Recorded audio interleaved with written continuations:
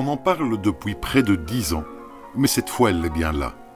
La passerelle du moulin de l'Épine enjambe dorénavant la Semois dans un paysage magnifique. Et ses hautes tours rappellent le château. Un dossier qui fut pourtant loin d'être simple.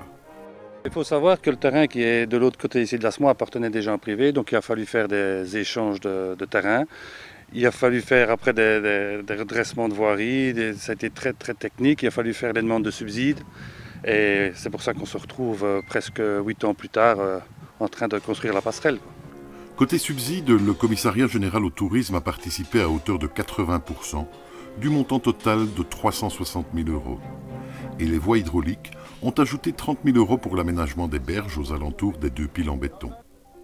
Voilà un outil touristique de plus dans le maillage bouillonnais. Cette passerelle va pouvoir désenclaver, on va dire, le côté Cordemois de Bouillon.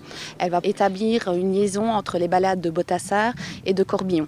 Donc de là, on va pouvoir avoir un plus riche panel de promenades et pouvoir utiliser Corbillon, qui est un très grand village de l'entité où il y a énormément de balades, et pouvoir les amener sur Bouillon et remonter sur Botassar et créer une boucle entre tous les villages. Donc Botassar, Rochehaut, Rochehaut-Poupan, Poupan, remonter sur Corbillon et ainsi de suite, faire une boucle. Mais aussi l'avantage, c'est que même quand on est sur Husimont, on descend sur Botassar, on sait revenir ici facilement et remonter sur Corbillon.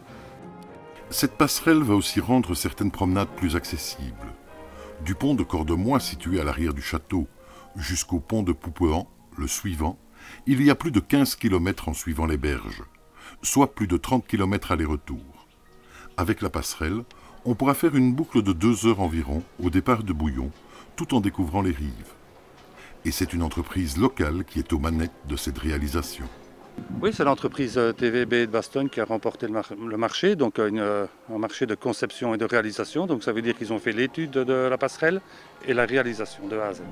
55 mètres de long, 22 éléments métalliques galvanisés, indépendants mais connectés, supportés par 2 gros câbles, ce pont suspendu revêtu de Douglas autoclavé a été conçu pour durer plusieurs décennies au moins.